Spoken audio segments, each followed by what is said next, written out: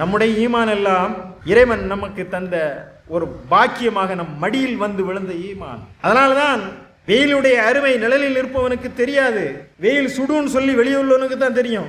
அந்த இருளில் இருக்கக்கூடியவனுக்கு தான் வெளிச்சத்தில் இருக்கக்கூடியவனுக்கு இருளுடைய கஷ்டங்கள் தெரியாது.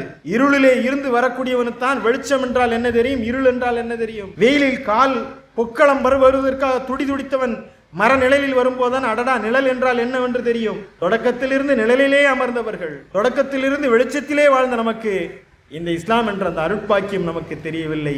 எனவேதான் தீனுல் இஸ்லாத்தை தங்களுடைய வாழ்க்கை நெறியாக ஏற்றுக்கொண்டவர்கள் அந்த நெருப்பிலிருந்து இந்த சுகமான இந்த பூஞ்சோலைக்கு வந்தவர்கள், அந்த இருளில் இருந்து இந்த வெளிச்சத்திற்கு வந்தவர்கள், அந்த வெயிலில் இருந்து இந்த நிழலுக்கு வந்தவர்கள் எல்லாம் அந்த உண்மையை உணர்ந்து அவர்கள் இறைவனின் பக்கம் நெருங்கக்கூடியவர்களாக, இறை மார்க்கத்தின் பக்கம் அழைக்கக்கூடியவர்களாக அவர்கள். ஆனால் இந்த மார்க்கத்திலே பிறந்து வளர்ந்த நாம் இந்த மார்க்கத்தை குறித்து சிந்திப்பதில்லை.